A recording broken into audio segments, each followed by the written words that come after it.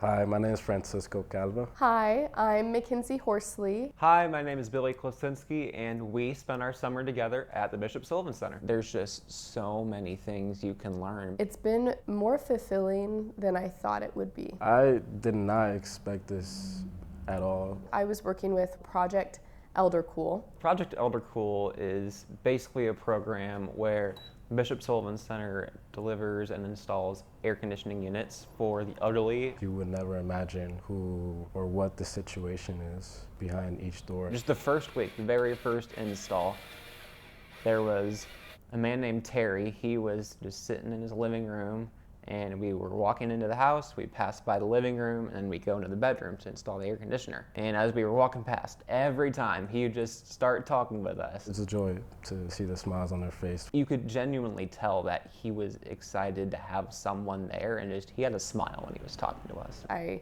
screened clients. The calls that get me the most are the ones that we get from clients who are in their 80s, some even 90s, and some have never lived with air conditioning. Several people have called back after we scheduled the appointment, after they went and did the install, and they just wanted to call me to say thank you. I wanted to thank you for your noble service, for doing God's work and helping those in need, and especially elderly people who are at risk.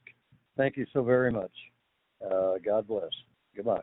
I feel like we really impact their lives. There's so many people that need help. You feel good inside once you know that you've done something good that can help out somebody else. This has been an extremely rewarding experience in many ways, spiritually, mentally, physically. I've had the opportunity to be Christ's hands and feet this summer.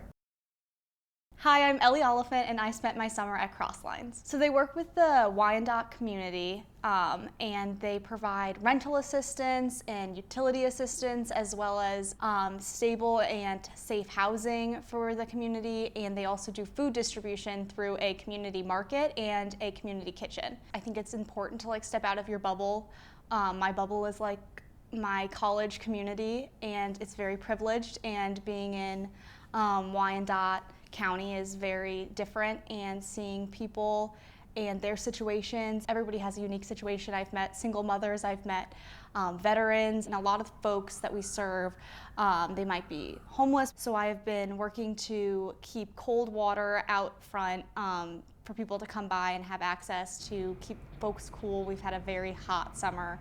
We've went under heat advisories, and we're just trying to keep people cool. So I go out and bring water bottles over ice every day, and I check it throughout the day.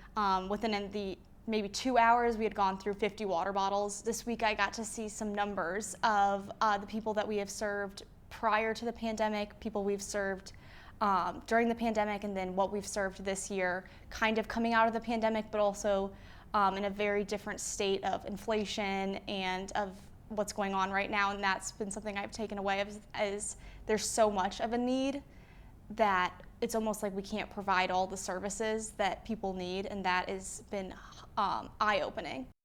Hi, my name is Allie Fries, and I spent my summer at Morning Glory Ministries. I think Morning Glory is the best place for me to be right now, just to hear people's stories. Morning Glory is a homeless ministry. We serve breakfast to people who are living on the streets, but really anyone is welcome to come. We like to say that we have the best breakfast in town. And then the lesser known part of Morning Glory is our emergency assistance services. And so we help people get a change of clothing and hygiene products. And then my favorite thing that we do is help people get their birth certificates and IDs, because when you are homeless and don't have like a safe place to keep all of your documents, it's really easy to lose those things. But then you can't get a job without an ID, you can't get housing without a birth certificate, and so I love that we are able to make it as easy as possible really for people to come in and get those vital documents to get them off the streets ideally. I think that we all have something to give. So as a student, I don't necessarily have a lot of money right now, but I have the ability to give my time and my empathy. I think that reading the Gospels and how Jesus interacted with people helps me know how to approach it.